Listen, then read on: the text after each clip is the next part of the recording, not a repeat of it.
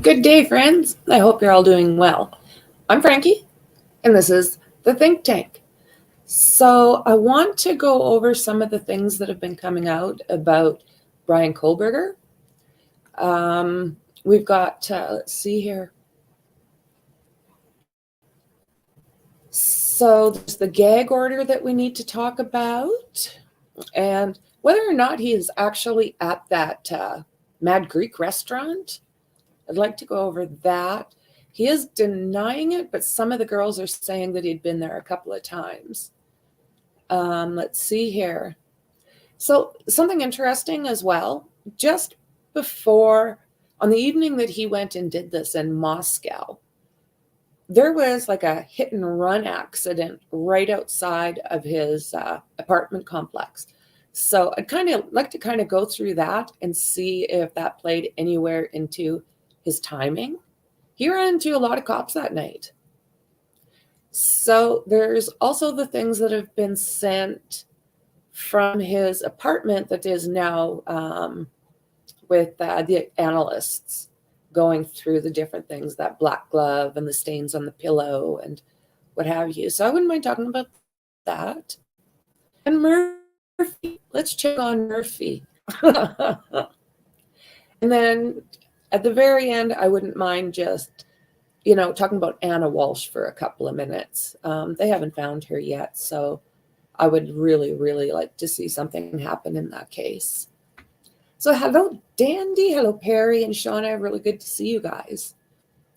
So I think I want to start. Murphy, I know, what a love, eh? So let's see here. I think I'll start with the gag order, which I find fairly interesting. It has been amended. So now it's made it that even the attorneys in the cases, whether it's existing attorneys or previous attorneys, there's a gag order on them now. So that means that we won't be seeing Steve Gone Calves. We won't be seeing his lawyer speaking out anymore. Let's see. I'm not quite sure what this is. For a new ride, pay no GST at Cam Clark Ford. That's right, no GST on most in-stock new Ford vehicles. Just check. The items you have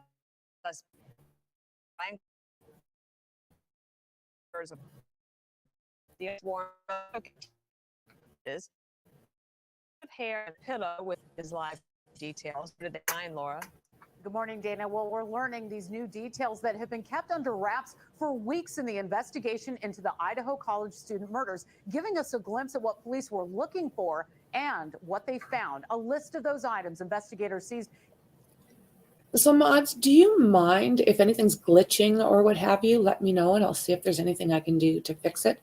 It might just be on my side, but if it happens to be on yours, if you don't mind, and then I can see what I can do to fix it. Thank you. In the search of suspect Bryan Kohberger's Washington State apartment.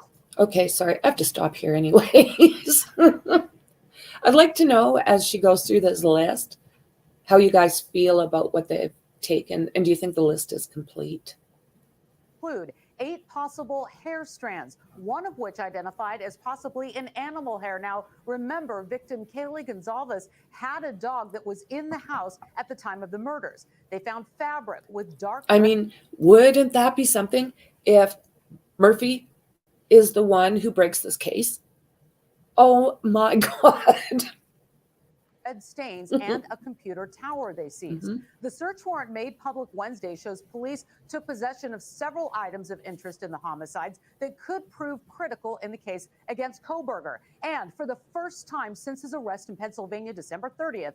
I really thought, unless they did it, I don't know where, I really thought that they would get shoes and clothing and things along those lines as well. But I am really curious as to why there is red stuff on his pillow and other areas. Because I'm thinking if you had a bleeding nose or something, wouldn't you wash that stuff? So I'm very curious. I hope that also in their analyzing that, we get some answers.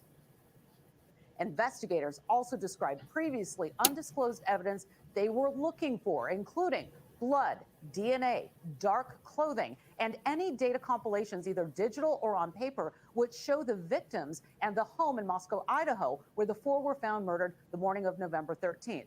Now, the warrants allege that Kohberger pre-planned the ambush rather than a crime that happened in a moment of conflict, and had studied other murders and how to avoid detection as part of his preparations. As the investigation moves forward, there is also a new report that Kohberger repeatedly sent direct messages or DMs to one of the female victims through Instagram 2 weeks before the murders that appear not to have been opened. That, according to People magazine. Now, isn't that something? Now, okay, I'm hearing nothing confirmed, but I am hearing that actually Maddi was the target and possibly see that in, I don't know what that is. Brings that Greek, doesn't it? Okay, so this is, let's see this. This is new gag order. If it comes through.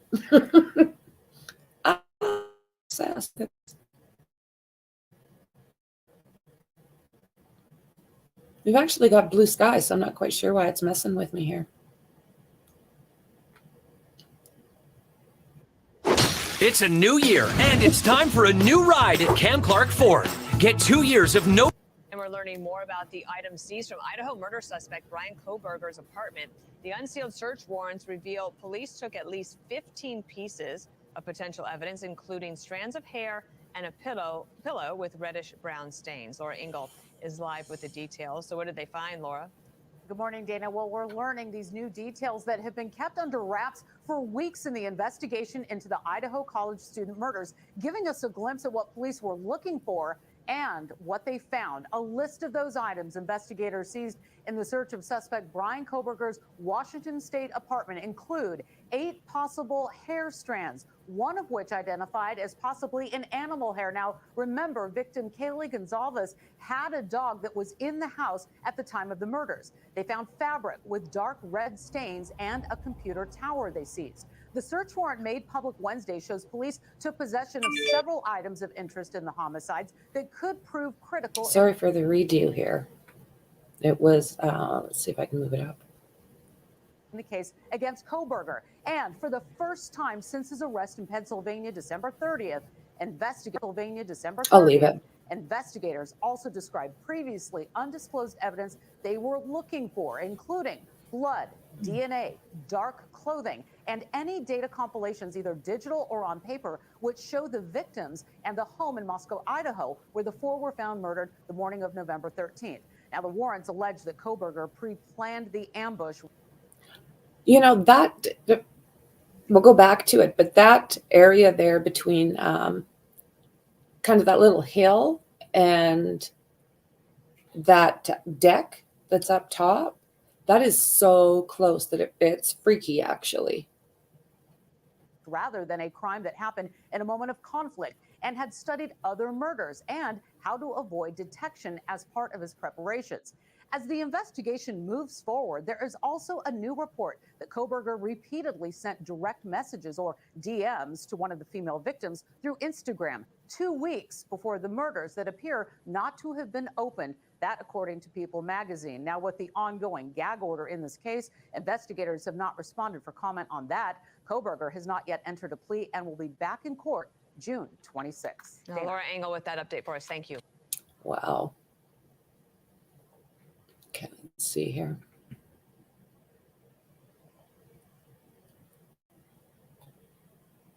So an Idaho judge has amended the gag order in the Moscow student unaliving cases, which now restricts the remarks of attorneys for victims, their families, and witnesses, in addition to investigators, the prosecution, and the defense.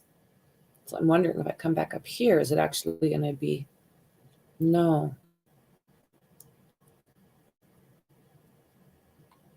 No. Okay. So it says the case has drawn national attention for over 2 months. He allegedly entered a home just steps off the neighboring University of Idaho campus. I just want to see if this goes into the judge. He allegedly entered the home just steps off the neighboring. What's going on up there? Oh, my word. And it did draw national attention. He allegedly entered the home just steps off the University of Idaho campus and attacked 4 undergrads with a pointy object around 4 a.m. on November 13th for almost 7 weeks. Police did not publicly name a suspect. With the help from the FBI, they arrested him in Pennsylvania on December 30th. He is charged with 4 counts of unaliving in the deaths of Maddi Mogan, Kaylee Goncalves, Xana Kernodle, and her boyfriend, Ethan Chapin. So he does also face a charge of felony burglary. So there is the judge there. And this is actually the paperwork. So in the District Court of the Second Judicial District of the state of Idaho, in and for the county of Latah, the plaintiff is the state of Idaho. The defendant is Bryan C. Kohberger. This is a balance between protecting the rights to a fair trial for all parties involved and the right to free expression as afforded under both the United States and Idaho constitutions to preserve the right to a fair trial. Some curtailment of the dissemination of information in this case is necessary and authorized under the law.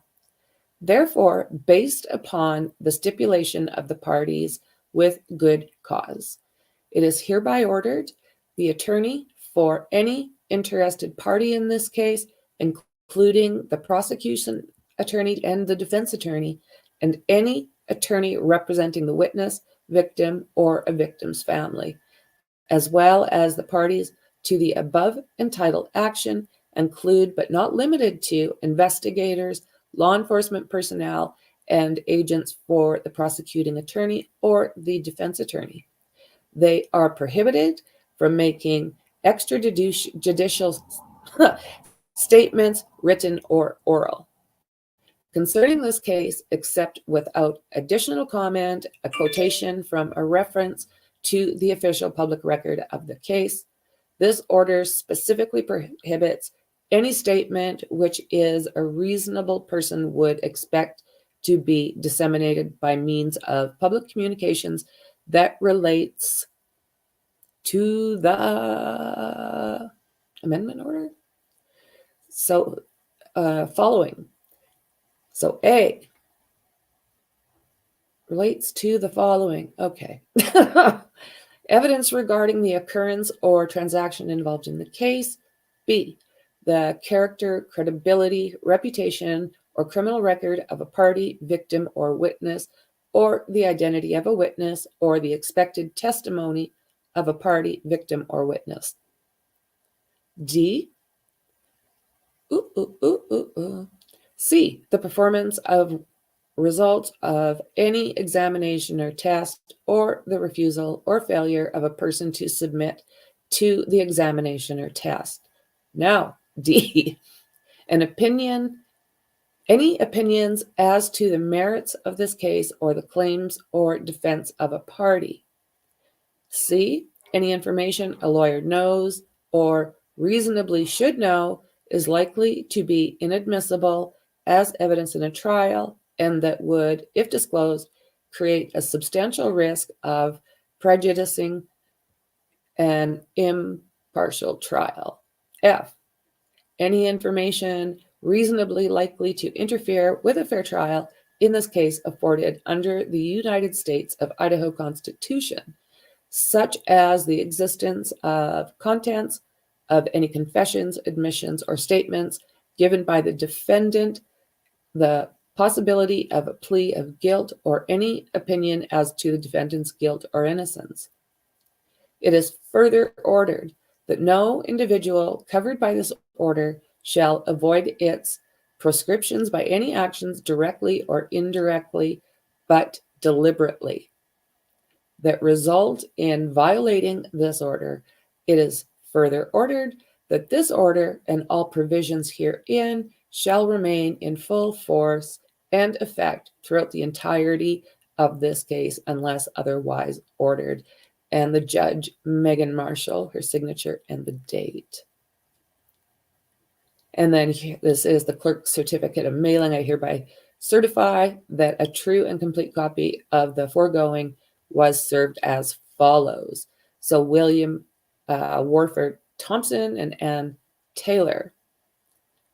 Jury Fry, clerk of district court, and again the date and the deputy court clerk's signature. So basically, it's saying here at least one family has hired a lawyer, and the new order appears to bar Shannon Gray, which is Goncalves' lawyer, who is representing Kaylee Goncalves' parents, from publicly discussing the case. He's been out there speaking quite a bit, hasn't he? So there's that. And there's also somebody that was, before Bryan was extradited back to Moscow, there's someone that was helping him there with his legal issues who just started to come out of nowhere and start talking. So he'll have to back off. Sorry. So it says, interestingly, before we do that, let's just take a look at this. Let's see what we have. They got some nice pictures of these kids. Or maybe it doesn't work. So, interestingly, the order doesn't bind the victims' families, only attorneys for them. So this is said by Edwina Elcox, a Boise-based criminal defense attorney who previously represented the so-called cult mom, Lori Vallow. Oh yeah, there you go. So these are all the rules of conduct. So I think what I'll do is I will download it and then I'll go through the highlights with you. So the three women lived together in the King Road rental house with two other friends who were not targeted, including one who told the police she heard crying and saw an unmasked man leaving. So we do know that that was Dee or Dylan. And right now there's a little bit of confusion as to what Dylan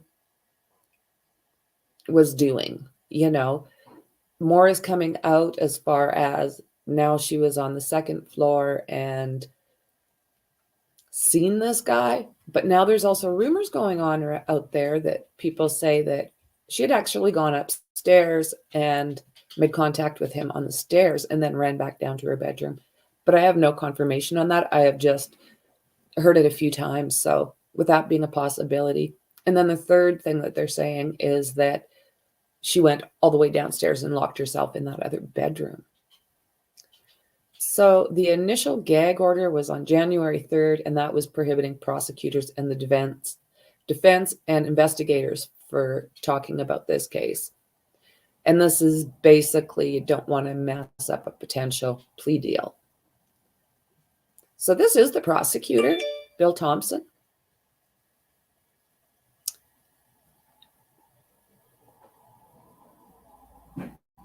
So yeah, what do you guys think of all that? Hey, Blifton, good to see you. Xana. Hey, James. Great to see you, friend. As always. This was for the families, I think. No more interviews. They're revealing important information. You know what? I have a strong idea. I think you're right. I think you're right. They were starting to jeopardize every aspect for a while there. I was terrified that Kaylee's dad was just going to push it to a point where it was beyond, but they must have had a little bit of a talk to him and explained that it was not in his best interest to continue doing what he was doing. Right? Mexi, also my favorite Scotsman, but it's because the one I am aware of. You're so bad.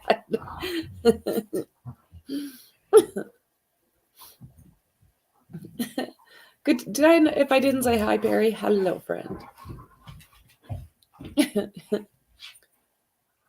Oh, that's cool.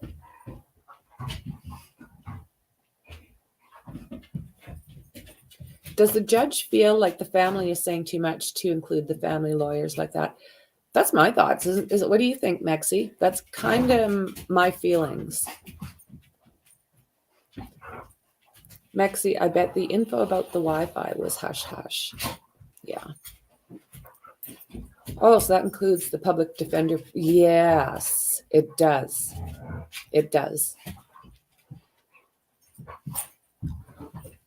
Okay, hello. Acting like he was the defense spokesman.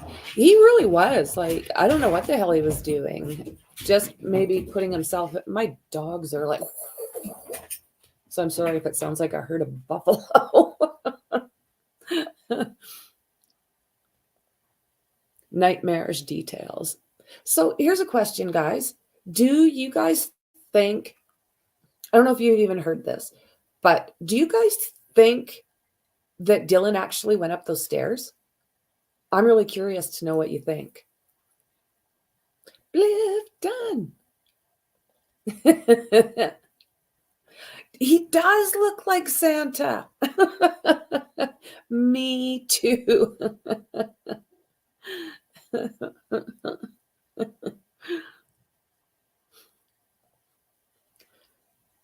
Yes, you are. Yes, you are. Okay, so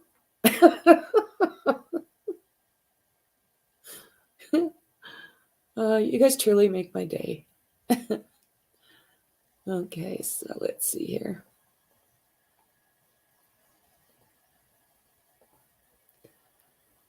Okay, let's maybe. Okay, we'll look at this really fast. So just before Bryan left on his way to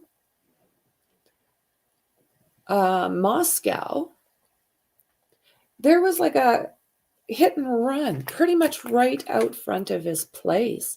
So literally, like, he ran into so many cops that night. There was that one. There was the one that was like across from Banfield. Like, unreal. And other ones were bombing around, but he ran into the two for sure. So it says on the night of the Idaho unalivings, the police responded to a crash in front of the suspect's home. The crash, which happened in Washington, resulted in 2 pedestrians being sent to the hospital. The suspect left for Moscow after the crash. He was likely passing the police several times.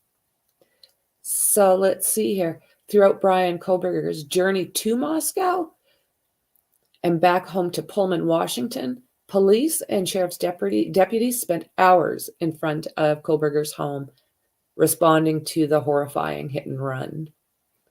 So we know that he is a graduate student. Data pulled from his cell phone revealed he traveled to the house where the unalivings occurred fewer than 12 times.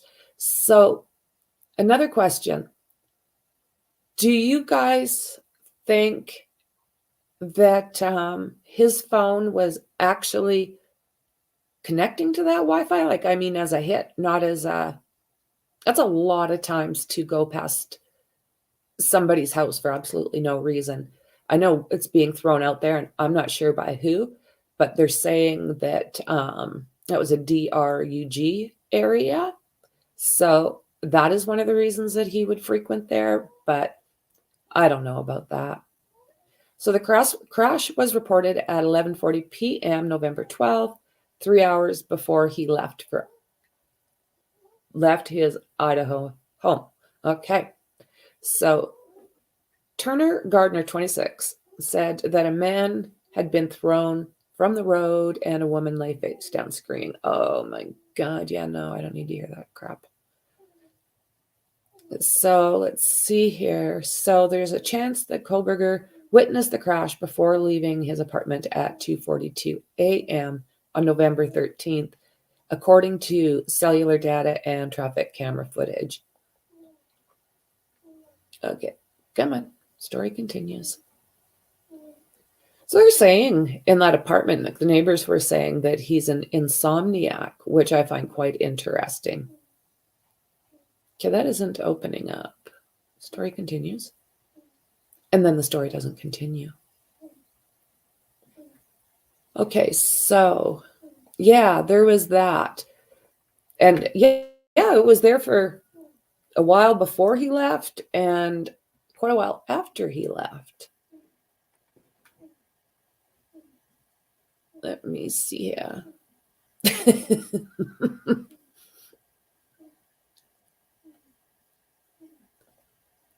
Blifton, do you think they only got one footprint in the house because they made it a point to say that the footprint aligned with DM's story? That's interesting. And as do I, Mexi. I have a lot of questions about that. The way they're making it sound like that means he stopped. Like it sounds like a full footprint. Well, it looks like it is a full footprint. And to me, that means he stopped. Well, that was the only reason they have a footprint in the PC2 cooperator story. Though, why would they need to do that? I have no idea. Yeah, exactly. Exactly. Let's see here.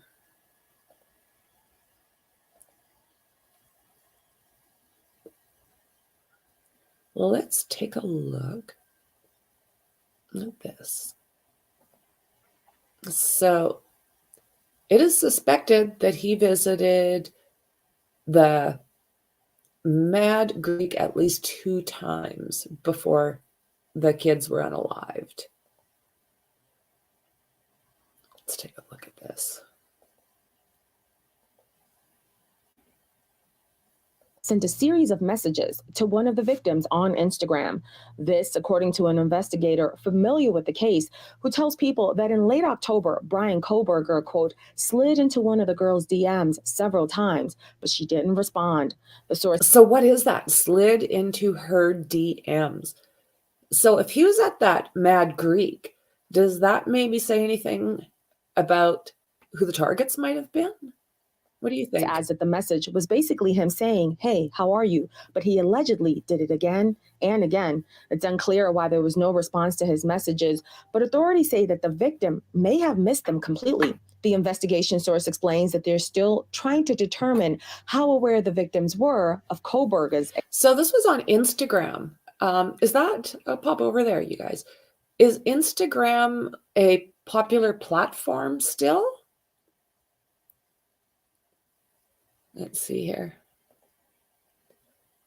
And how is it nobody could see the footprint? They only found it the second time searching. Yeah, that's really well said. I agree. I agree. Yeah, with luminol. Unreal. Unreal. So yeah, let me know what you guys think. Let's go back. Existence, and adds that there's no indication that he was getting frustrated with her lack of response, although he was, quote, definitely persistent.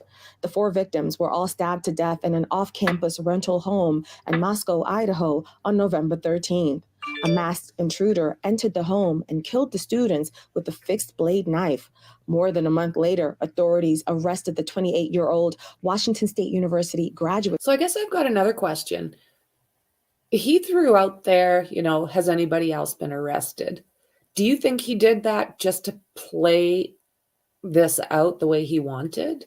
Student at his parents' home in Pennsylvania. He was charged with 4 counts of murder and 1 count of felony burglary. He waived his extradition to Idaho, voluntarily agreeing to return to the state to face the charges against him. According to the probable cause affidavit, Isn't that the creepiest look ever? Oh my God.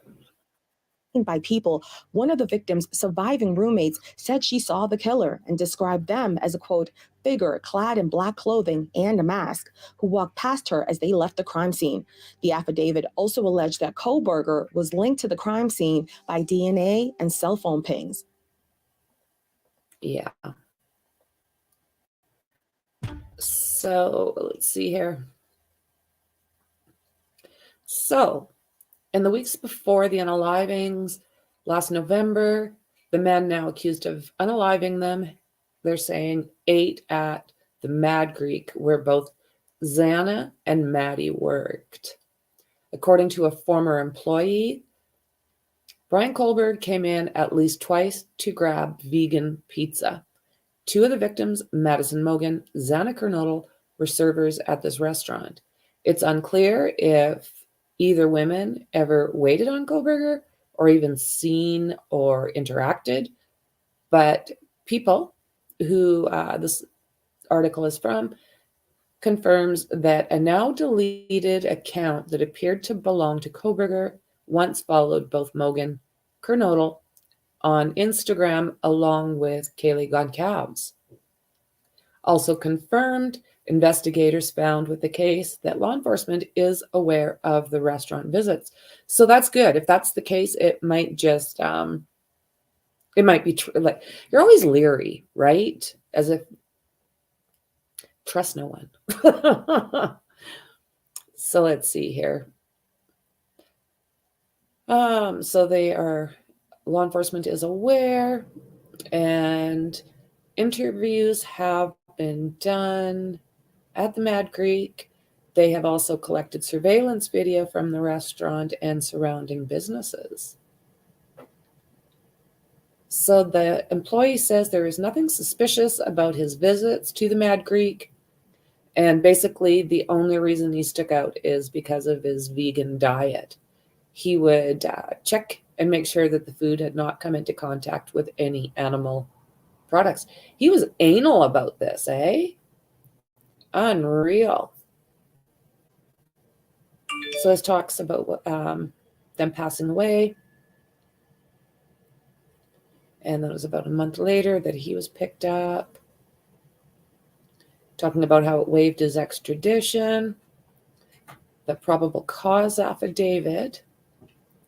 And that's that for that one. Let's see how you guys doing. Agreed.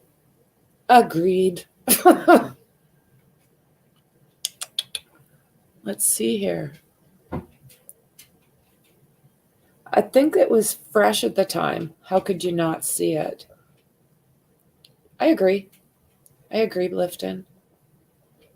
I thought they said they used chemicals to find it. If it was even big enough to get a pattern from it, it was even big enough to get a pattern from it. Yeah, they were able to identify the shoes, right? Was it on rug or wood floors? I think that place had 0 carpet. I don't think it was a carpeted home.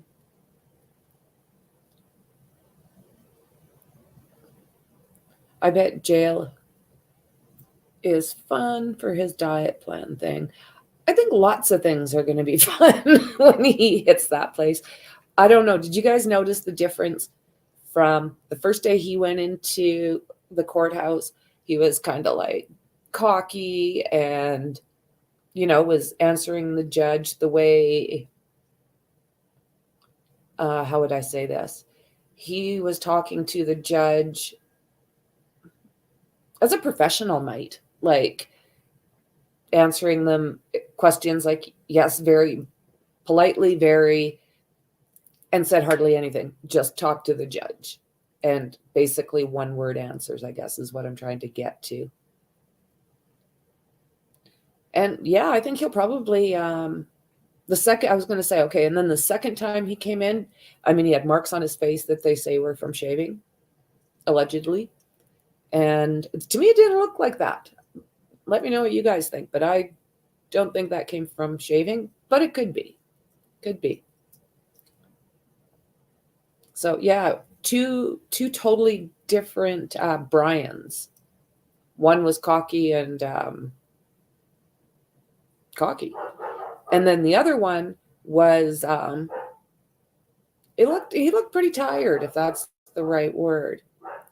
These pictures where you can see far into sorry Max. There's pictures where you can see far into the kitchen and it doesn't look like there's any visible bloody shoe prints. No, not at all. Not at all. So with that said, could he, yeah, right. Xana lost that swagger. Perfect. Yeah, that's exactly what he lost. Yeah. So I don't remember seeing anything in that kitchen either, Mexi. Not from the pictures that we've gone through. And we've gone through lots. So here's just another article that's kind of talking about him going into the Mad Greek. Let's see here. It's saying here that he allegedly ate at the restaurant where both of the girls worked. A former employee from the Mad Greek restaurant where Madison and Xana were servers said that Kohberger visited at least 2 times, ordering that vegan pizza. So this talks about the gag order that has been issued. We went through that.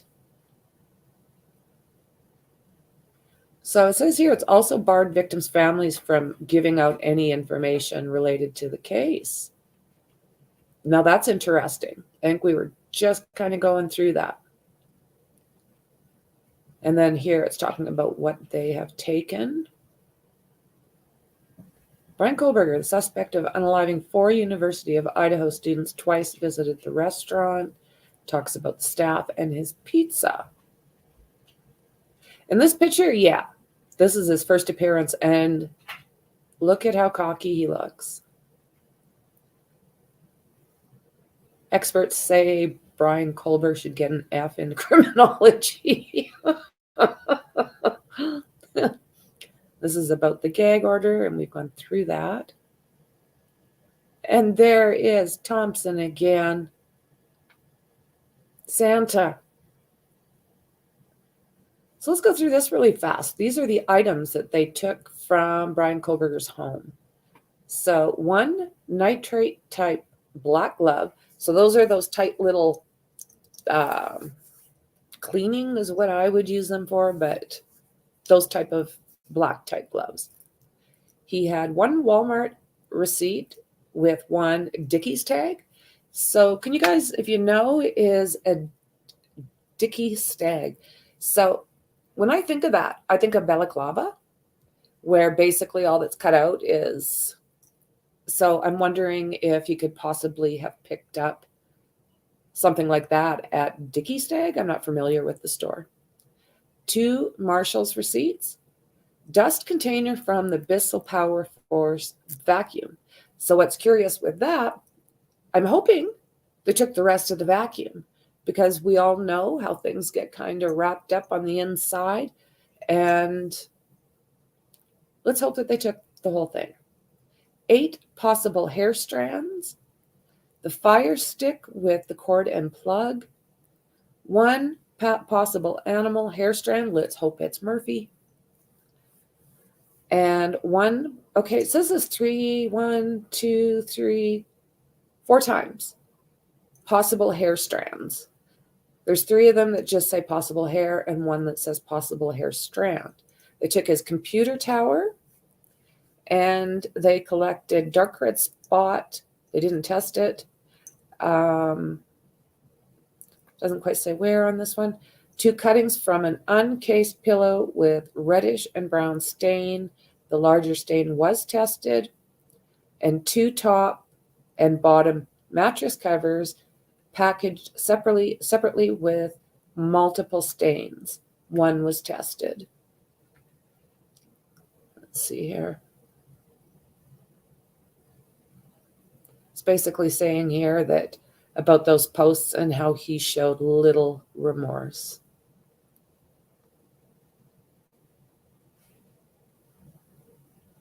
Let's see if there's anything more. So this here, yeah, Mr. Kohberger had previously been described by high school friends as intellectually gifted teen who often struggled to socialize and fit in. Some close to Mr. Kohberger have also come forward saying that he went from being awkward and bullied to developing an addiction to H and becoming a bully. During his junior year of high school, this seems to be when it was most prominent.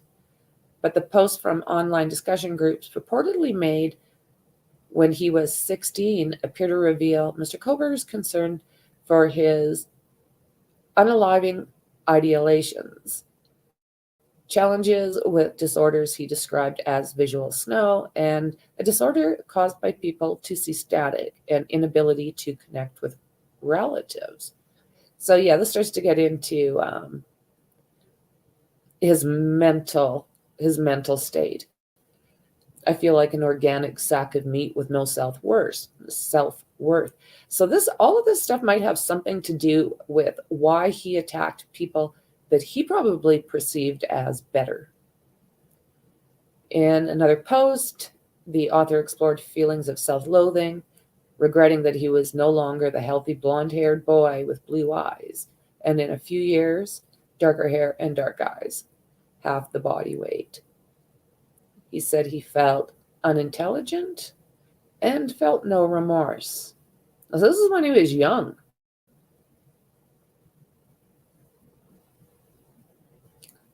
I felt dirty, like there was dirt inside my head, my mind. I am always dizzy and confused. Talks about his next court hearing and about him and his vegan pizza. Could Bryan Kohberger get a plea deal? He does face the possibility of lethal injection. And he's got 4 counts of unaliving. And Goncats have already said that they really would like to see the death sentence, and he has to pay for what he has done. Let's see here. There's also this. Kaylee Goncalves had moved out.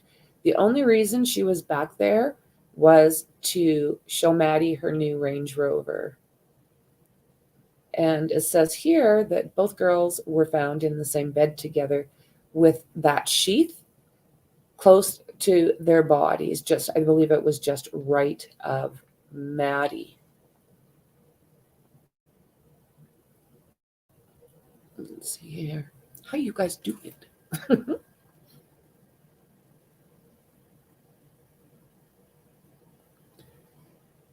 You would think from this kind of attack it is possible that he didn't step in anything, sure, but what about the plain old wet footprints from outside weather? Hey, right? So do you guys think that there's a possibility he put booties on? Do you think? Or, at the hospital, those things that they put over top of their shoes. I could have sworn they said after using chemicals they found it. I don't know. I can't say that for sure, friend. But It very well could be, right? There must be more if it happened once. So do you guys think, like, if they start looking into his history, I read something that said that they really don't believe this is his first time. And I don't know. How do you guys feel? Was this his first time?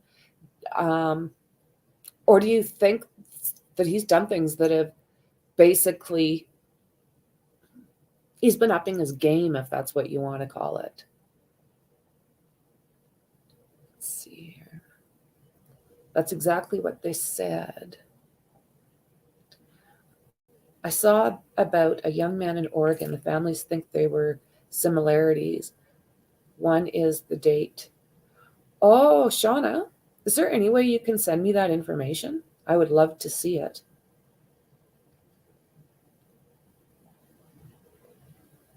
Thank you. Yeah, hit that thumbs up. It will help me immensely, guys. If you're not subscribed, please do. We'd love to have you. We've got a great group in here. Before I carry on, I know I say this a lot, but you guys are amazing, amazing humans.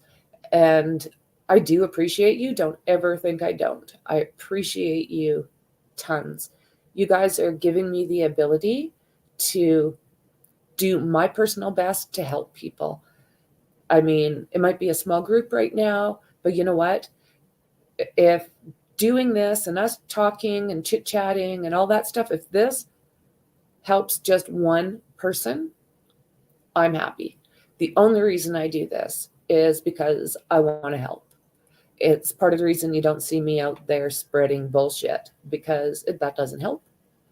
So yeah, you guys are giving me the ability to do something to help in some way.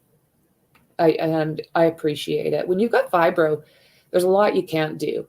And this has given me a really good purpose. And I appreciate every single one of you guys that have stuck with me.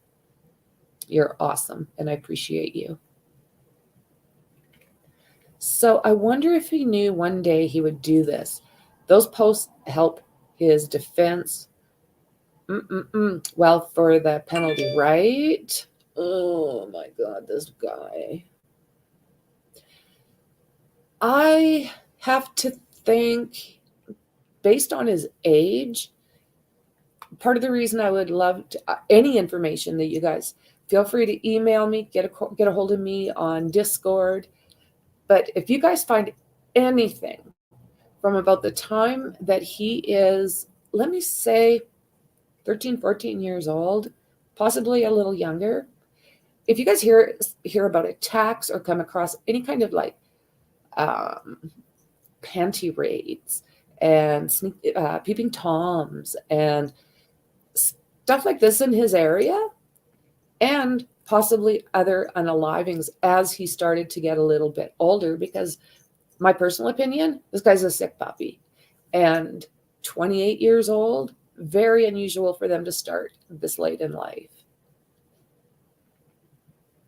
In my opinion, of course. I agree, James. I agree. Zap. So Xana and Maddi worked at the Mad Greek as waitresses. So if he was going there and he was circling that house, oh my goodness. I've never had a skinny pig that literally scratches herself until she bleeds. Good Lord, Martha. So yeah, they worked there, and that is the spot that they think he was in there ordering his vegan food. I bet he doesn't. They don't like giving DP for mentally impaired. Okay, DP. DP? I hope, though, James. Nick Cruz trial. Nick Cruz, that's a new one to me, too. Oh, thank you. Thank you very much, Xana. Appreciate it. Appreciate it. So, yeah, I would really, right now, be interested in getting any kind of information, you know, at least the last 10 or 15 years of this guy. Because, I mean, it's very unusual that they have not hurt animals, or they don't. It's a progression usually. It's not just like, okay, he did this. Kind of the same thing with Richard Allen in that case with Abby and Libby. Well, give me a little bit of a break, girls. Oh. Okay, thank you, girls. So that's Lizzie. That's Lizzie. Okay.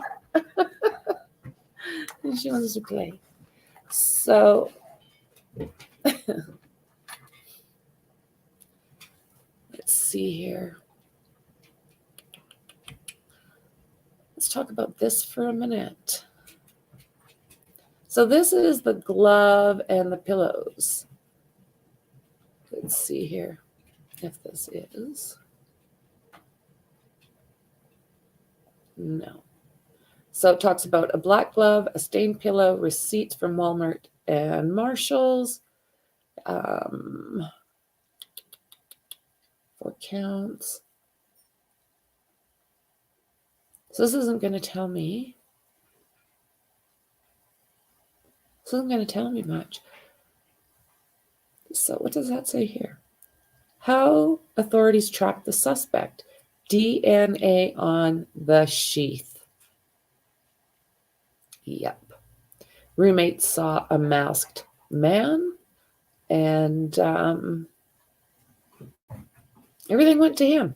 Everything. As I started looking back, everything was going back to this dude. That is where he stayed, over here. So, data compilations. According to the documents, investigators were searching Kohberger's apartment in Washington State campus for evidence related to the unalivings. Among the items listed on the search warrants were pointy objects or weapons, photographs, or information of the victims and their home. So we didn't hear anything about that. But with that said, do you think they gave us everything? I don't know. Data compilations, whether digital, electronic, or on paper or other format, show an interest in or planning of unaliving, violent assault, knifing, or cutting people. Case study. So we do know they're still looking for that pointy thing. They're talking about how he drove past at least 12 times in the 6 prior months. This is also, he applied for an internship with the Pullman Police Department. Fail.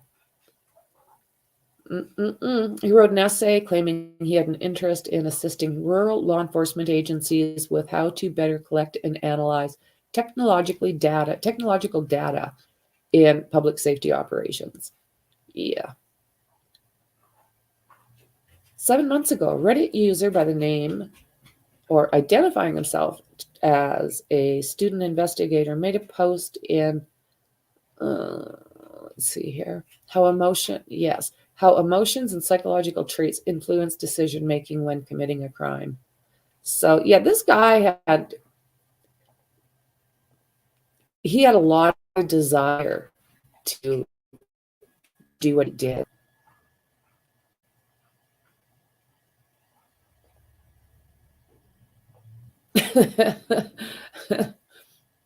Yep. Is Marshall's a clothing store? Good question. I think so. I know of a Marshall's that's a clothing store.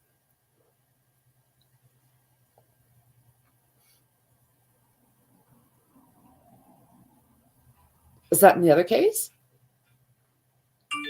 So let's check on Murphy. He is the last I have set up, I do believe. Let me look here. Yeah, let's check out Murphy.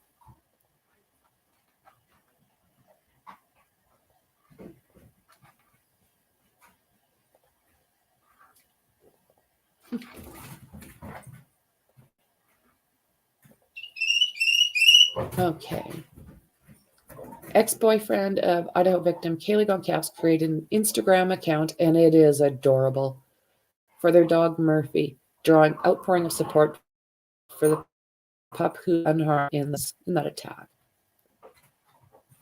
The account featuring sweet images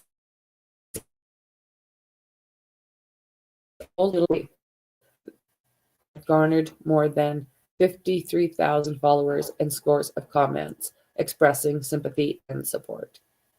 Police in Moscow, Idaho found Murphy unharmed inside Kaylee's third-floor bedroom with the door closed following November 13th unalivings. Kaylee had split custody of Murphy following their breakup just weeks before the unalivings, and he has been caring for the pup ever since. Let's see, can I? Oh, Murphy, adorable. I love that picture. So sad. Oh, nice. My golden doodle did not have that kind of fur. There he is. One likely location for clothes, mask, shoes that he was wearing during the unaliving would be his residence. Well, I believe Kohberger is visiting family in Pennsylvania over the school break. I believe he intends to return for the next semester. So, yes, that. Search. And that's that for that. Murphy.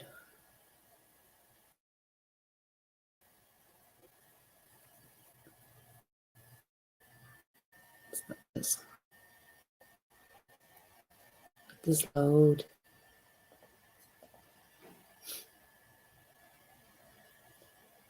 Yeah, the police, it says here, the police quickly and publicly cleared Decour. But you know what? A lot of people had a hard time letting go of that.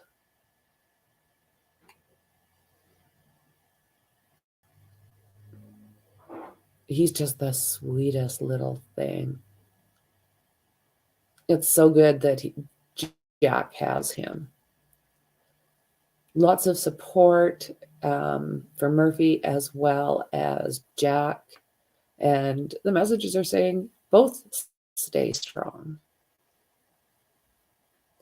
It says that Jack Decour dated Kaylee for about 5 years and that they had separated about 3 weeks before, although friends and family said they believed the split was temporary. They'd been together for years.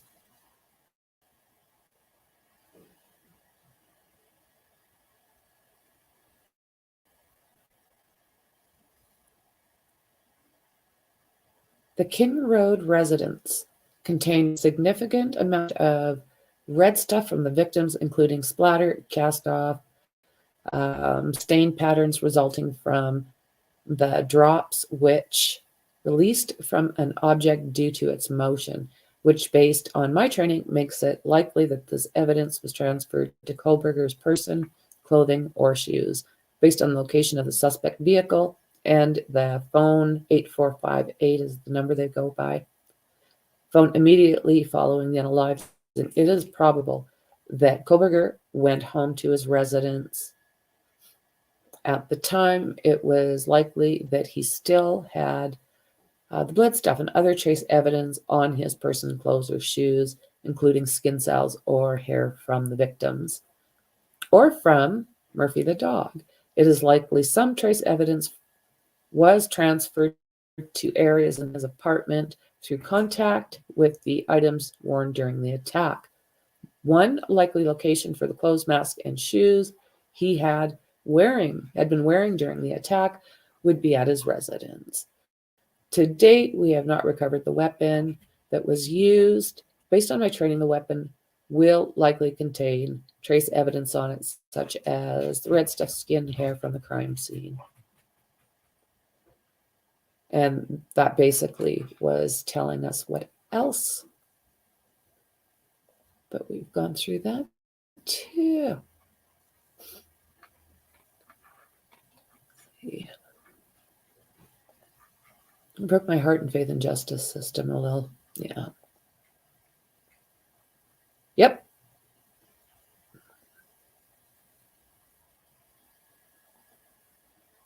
If ever a death penalty was deserved, he's the poster child. Agreed. Yeah. Murphy, the only bright spot in this whole thing. Yeah, and the fact that Jack Ducour is has started up a page, that's amazing. Because, you know, all of us think of Murphy. It's like, oh, Murphy. The judge should have held the whole defense team in contempt. Yep. Poor Murphy. Poor Murphy. You bet. But he's in his happy spot now. He's in his happy spot. So the only other thing that I had left to go through is I just wanted to touch base on Anna Walshe's case. She has not been located, but we do know that there's biological evidence. And her husband has now been charged with her unaliving. They're calling him the sociopathic husband of missing Massachusetts mom Anna Walshe has now been charged. Let's see. If I can get this any bigger. Doo-doo. Doo-doo.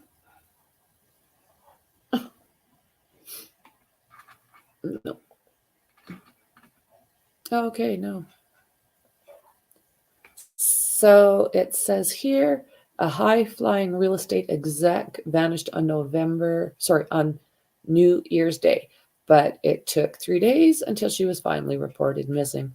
Her husband was already in jail for hindering the police probe into his wife's disappearance. Did you see how cocky he was when he went up to the judge? Whoa. 47-year-old Bryan Walshe, who was convicted for selling bogus Andy Warhol prints. Like, what a fool. Had been under intense pressure by cops as the case against him mounted. He claimed that his wife left their Cohasset, Mass home before dawn to tend what he described as a work emergency, and this was in Washington, D.C. So he said that she got a ride share, so I'm not quite sure if that means a taxi or Uber, not sure. But she did not take that ride, and she did not jump on that plane.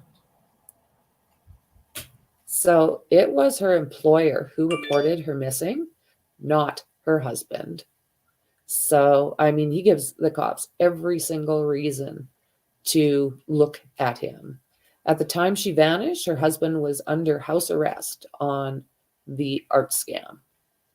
The detectives believe Bryan Walshe was deceiving them and trying to conceal the whereabouts of it after his wife vanished.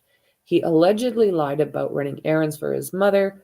And remember, he purchased $450 worth of cleaning supplies. That's normal. In addition, the DA announced that a search of the family home allegedly uncovered red stuff, a damaged pointy thing, items retrieved from his mother's house, and a waste facility allegedly included a hacksaw, a carpet, and a hatchet. What the hell? So far, the cops are being tight-lipped. The Walshes had, the Walshes had an image as a solid, living a good life. She frequently professed her deep love for her husband, and he showered her with gifts. Things changed after he was arrested in 2018 for the Andy Warhol thing, and even with the turmoil enveloping their lives, the pair seemed happy, and Anna and her family wrote glowing letters praising Bryan's rehabilitation. I doubt that.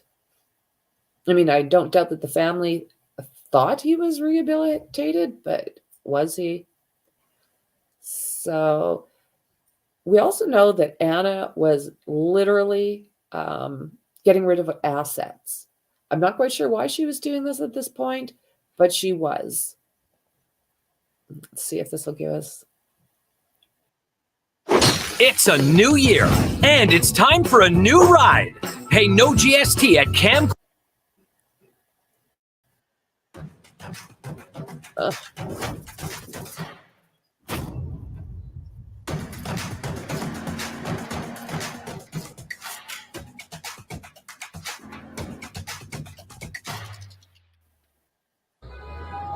What is he doing? Oh! Okay, this isn't it, is it? I don't know. Okay, so that is what's going on right there. Bryan has been charged. He's sitting in the Huskow, and they are still looking for Anna. They found all of these different things that seem to be pointing back to the husband, and it's not looking good. So it says here that Anna Walshe accumulated a $3 million property portfolio.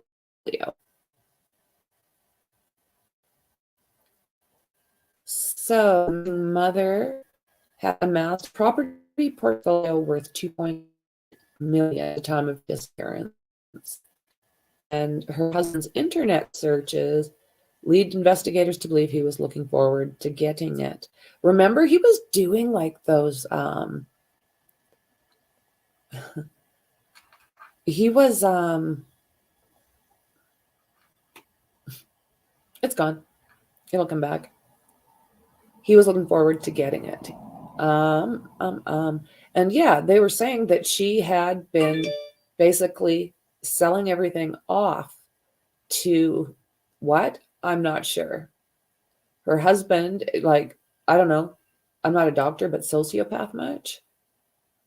Anna claiming that, yes, during the arraignment, the prosecution accused Bryan of unaliving Anna, claiming he dismembered and disposed of her body, which is most likely the case.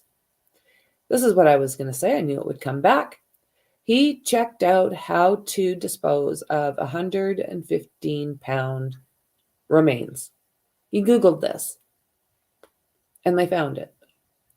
So it's talking about, let's see here. It talks about her moving to Maryland in 2018. She had sold 4 she owned at the time she disappeared. So yeah, she had sold 4 of the properties, valuing up to $2.8 million. Anna had property dealings ongoing until her disappearance, less than a week before she was reported missing.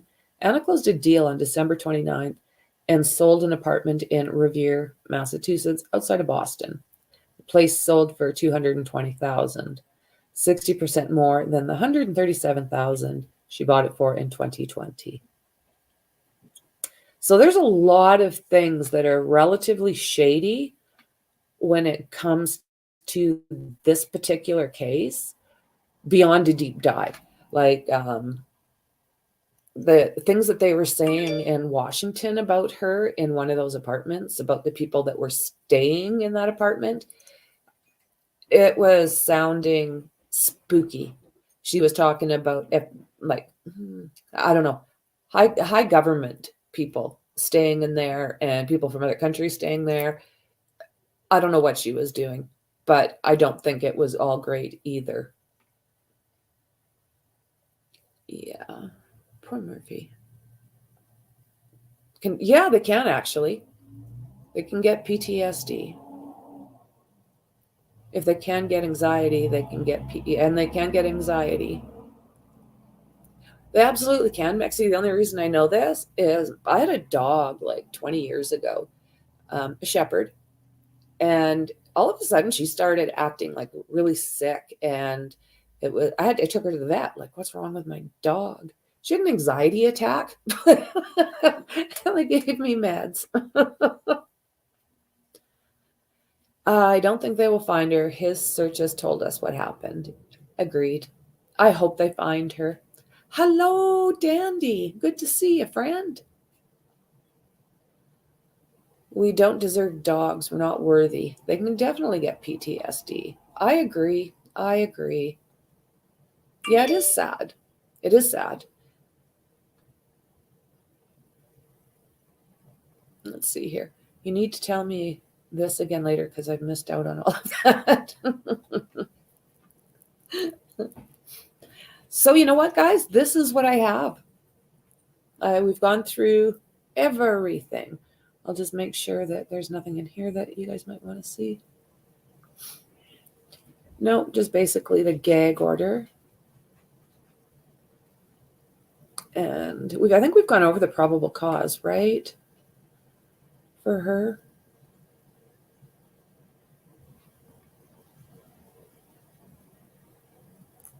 Okay. So yeah, there are some very, very strange people in that Washington, D.C. apartment. We talked about it on a previous live. I might even go back and take a look at it. And I recommend you guys do because it is very interesting. It gets talking about government officials, and it would be a deep dive, I do believe. There's some very, very strange things happening in that particular apartment. So absolutely worth a dive. So yes, I think we're at it, guys. I think we've covered everything. Anything else that you guys would like me to pop up? Anything you would like me to look at? If not, I think we'll call it. Tomorrow is Speculation Saturday with Mexi and I. We usually on that day we go through all the different. It's a chit chat. We go through all different cases that are kind of happening right now, and sometimes some ones we want to look at. It's enjoyable. Let's put it that way. It's nice to be able to put a little bit of a happy slant onto this bullshit we deal with every single day. So yeah, we cover different cases. We talk about whatever. And yeah, I can say that the kids are pretty much, I always call them the kids, they're pretty much always involved in my lives until something happens. So guys, thank you ever so much for being here with me. You know how much I appreciate you all, and I'll absolutely see you guys in the next one. Bye.